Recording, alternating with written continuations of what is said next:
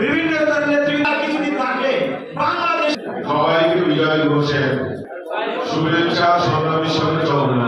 বিজয় দিবসের সাথে সাথে আর একটা ইতিহাস তৈরি হয়েছে, যে ইতিহাস আমরা না বললে আমরা একটি অকৃতজ্ঞ জাতি হয়ে থাকবো। আমরা অকৃতজ্ঞ জাতি হতে চাই না। আমরা সাথে সাথে স্মরণ করি জুলাই আগস্টে যাদের শেখ হাসিনা, ফ্যাসিস্ট হাসিনা, স্বৈরাচারী হাসিনা কর্তৃক নিহত হয়েছেন সেই 2000 লোকের এবং 20 থেকে 25,000 লোকের পঙ্গুত্ব।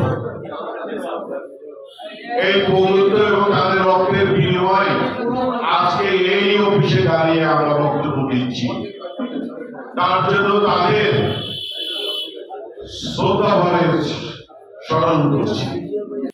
আজকে যে আমাদের প্রতিষ্ঠাতা উত্থান, সেই স্বাধীনতা যুদ্ধ 71 সালের রণাঙ্গনে আওয়ামী লীগের মতো যে বলে যে আমরা নেতৃত্ব দানকারী, তারা নেতৃত্ব দানকারী করে, কিন্তু আজকে যখন পালিয়ে তারা ইন্ডিয়ায় গেছে, তখনও পালিয়ে কিন্তু ইন্ডিয়ায় ছিল। ওইখানে বসে তাদের নেতারা যা করেছে আমি আপনাদের সামনে ভাষা করবো। আমিও কিন্তু ইন্ডিয়ায় ছিলাম, আমিও এই পাক হানাদার বাহিনীর অত্যাচারে নির্যাতনে আমরাও এই দেশ ছেড়ে পালিয়ে আশ্রয় নিয়েছি। সেই আমাদের মহানায়ক বলেন এই দেশের মুক্তির সনদ, এই দেশের গণতন্ত্রের প্রবক্তা, বাংলাদেশ জাতীয়তাবাদী আদর্শের সৈনিক, যে আদর্শ যে আমাদের গর্ব, যে বাংলাদেশ জাতীয়তাবাদ, যার সৃষ্টি সেই স্বাধীনতা, সে স্বাধীনতা মহানায়ক ঘোষক আমাদের এই দলের প্রতিষ্ঠাতা president Ziaur Rahman, major general Ziaur Rahman, বীর শ্রেষ্ঠ মুক্তিযোদ্ধা জিয়াউর রহমান। সাথে সাথে এই পরিবারের আরেকজন তার সহধর্মী, আমরা যাকে বলে গণতন্ত্রের মা।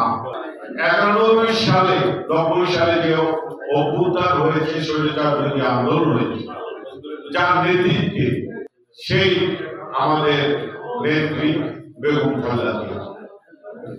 এই পরিবারে আরেকজন সন্তান দীর্ঘ 16 বছর যে অক্লান্ত পরিশ্রম করে এই বাংলাদেশ জাতীয়তাবাদী দলকে সুসংগঠিত করেছে, বিদেশের মাটিতে বসে নেতৃত্ব দিয়েছে এবং এই ফ্যাসিস্ট কে বিতাড়িত করে আজকে বাংলাদেশের জাতীয়তাবাদকে আবার স্বাধীনতার মতো আরেক স্বাধীনতা দিয়েছে, সেই আমাদের নেতা, যাকে নিয়ে আমরা অহংকার করি, গর্ব করি, সেই জনাব তারেক রহমান।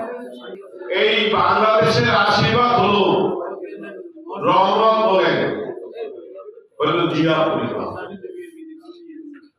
আর একটা পরিবার আছে শেখ মুজিব পরিবার, শেখ পরিবার, সেটা হচ্ছে লুটেরা পরিবার। এই দেশে মানুষের বাক স্বাধীনতা হরণ করেছে, আইনাগর সৃষ্টি করেছে, এই দেশের ফ্যাসিস্ট সৃষ্টি করেছে, ভোটারবিহীন গণতন্ত্র সৃষ্টি করেছে। এই দেশের কুলাঙ্গার ফ্যামিলি হয়েছে শেখ পরিবার।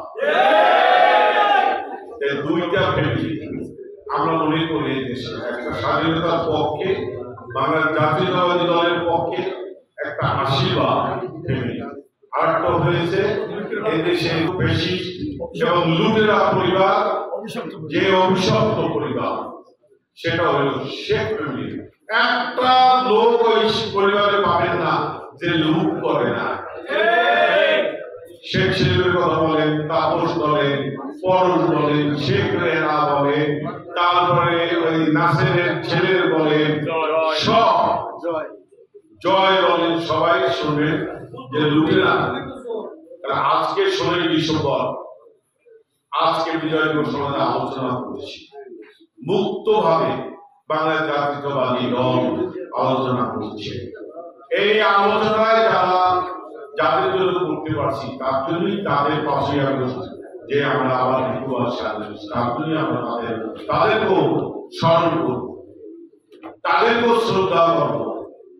আমাদের বাংলাদেশের ইতিহাসে তাদের একটি বড় ভূমিকা, এবং আমি মনে করি এই গভর্নমেন্ট কাগজ আগামীতে যখন ইলেকশন হবে, যে আমার নতুন গভর্নমেন্ট হবে, এই গভর্নমেন্ট এই ইতিহাস পাঠ্য বইতে বাচ্চাদের এই পাঠ্য বইতে পড়াশোনা করাবে, যে তারা সঠিক ইতিহাসটা জানে। যেমন আমাদের ৭১ সালের ইতিহাস অনেক ভুলতে বসে, সঠিক ইতিহাস ছিল না। এই 16ই ডিসেম্বর যে ইতিহাস তাও সঠিক, সবসময় খালি মুক্তিযুদ্ধ, খালি আওয়ামী লীগের কয়জন মুক্তিযুদ্ধ আছে,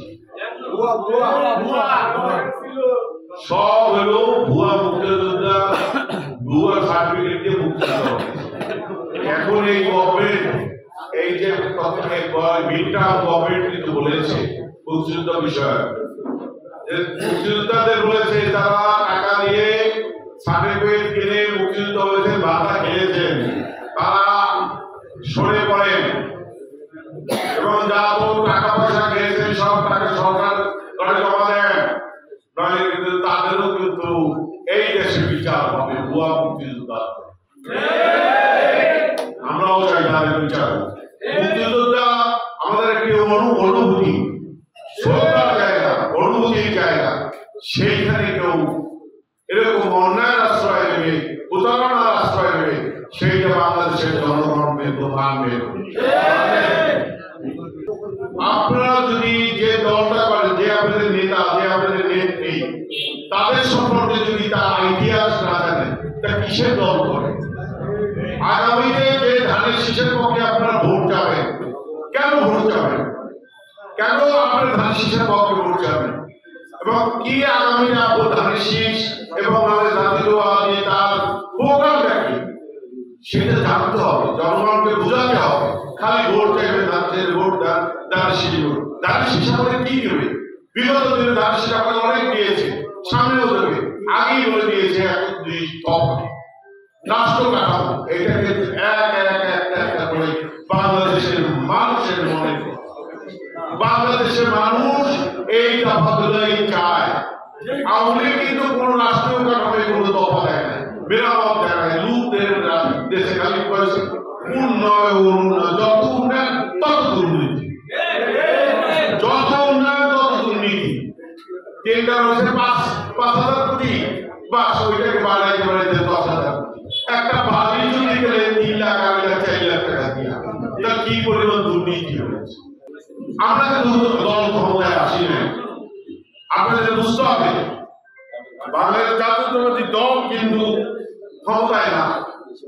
এখানে মিডটার্ম একটা গভর্নমেন্ট ক্ষমতায়, একটা বিপ্লবের পরে একটা দল ক্ষমতায় আসছে, বিভিন্ন জায়গার বিভিন্ন বিশাল লোকজন মিলিয়ে একটা দল আছে। একজন ভালো মানুষ তত্ত্বাবধায়ক প্রধান হয়েছে, যে নোবেল পাওয়া, সে প্রধান, তাদেরকে আমাদের সাহায্য সহযোগিতা করতে হবে। এই সরকারকে এরা যদি ব্যর্থ হয়ে যায়, তাহলে কিন্তু বাংলাদেশ ব্যর্থ হয়ে যাবে, আপনি আমরা সবাই ব্যর্থ হয়ে যাবে।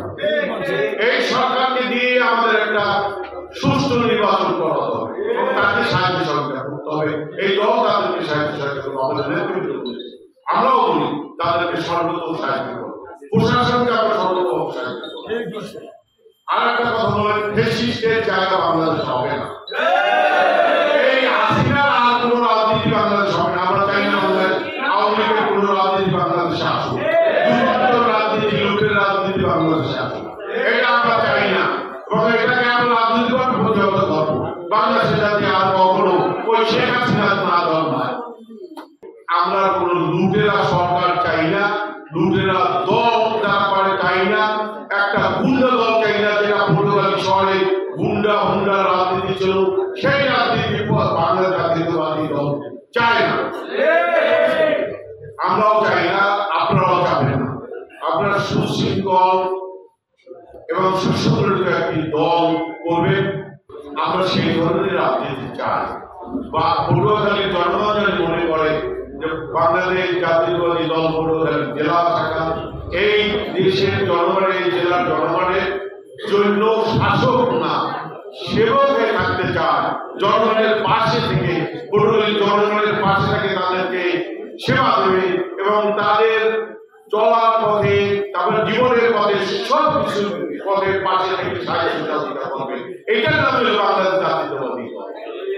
আপনারা সুশৃঙ্খল হবেন এবং আমাদের নেতা তারেক রহমানের কথা শুনবেন, তার বক্তব্য শুনবেন, সেইভাবে আপনারা চলাফেরা করবেন, এই আশাবাদ ব্যক্ত করে সবাইকে ধন্যবাদ দিয়ে আমি আমার বক্তব্য শেষ করছি। জিয়া রহমান যদি ধর্ম গ্রহণ না করতো, মহান আল্লাহর কাছে বলে, তাই বাংলাদেশে জন্ম হইত না। বলছেন শহীদ রাষ্ট্রপতি জিয়া রহমান যে আমি নেতার জিয়া বলছি, আমি বাংলাদেশে কালুকার হয়েছে, আমি বাংলাদেশে স্বাধীনতা ঘোষণা করলাম। আপনারা হিন্দু, মুসলিম, বৌদ্ধ, খ্রিস্টান যে আপনাদের যা কিছু আছে, আপনারা স্বাধীনতা যুদ্ধে ঝাঁপাইয়া পড়ুন। সেই শহীদ রাষ্ট্রপতি জিয়া রহমান যার জন্ম না হলে বাংলাদেশের জন্ম হইত কিনা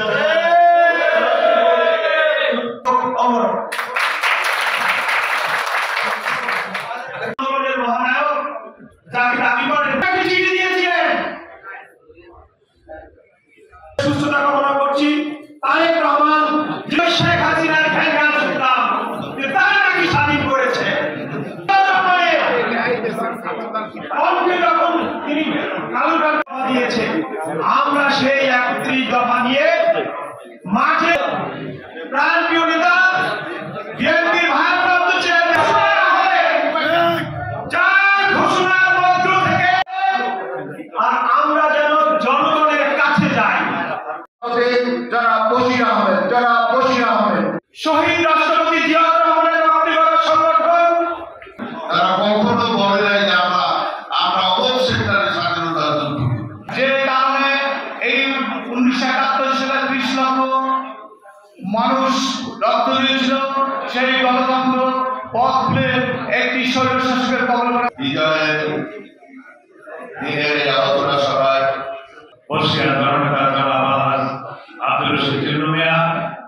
আলোচনা সভার সম্মানিত সভাপতি, যে যুদ্ধ হয়েছে সেই যুদ্ধে 30 লক্ষ লোক শহীদ হয়েছে, 2 লক্ষ মারণ ইজ্জত দিয়েছে। চিটাগাং থেকে বেতার কেন্দ্রের মালামাল নিয়ে কালুকার বেতার কেন্দ্র থেকে তিনি ঘোষণা দিয়েছেন যে আমি মেজর জিয়া বলছি, বাংলাদেশের স্বাধীনতা ঘোষণা করা হলো। লাল সবুজের পতাকা জিয়া তোমায় দেখা বিজয়ের এই দিনে শহীদ জিয়া তুমি লও